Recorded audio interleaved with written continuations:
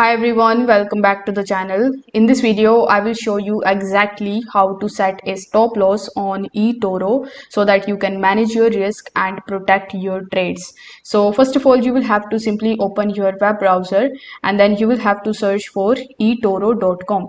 Now once you are on etoro.com, you will have to just log in into your account. Now once you are in your account, you need to simply hover over to this discover tab that would be in the left hand section. So simply click on discover and then you will be shown this overview page. Now over here you need to select that particular stock or asset in which you want to invest or in which you want to trade. So you can just simply select the tab as per your need.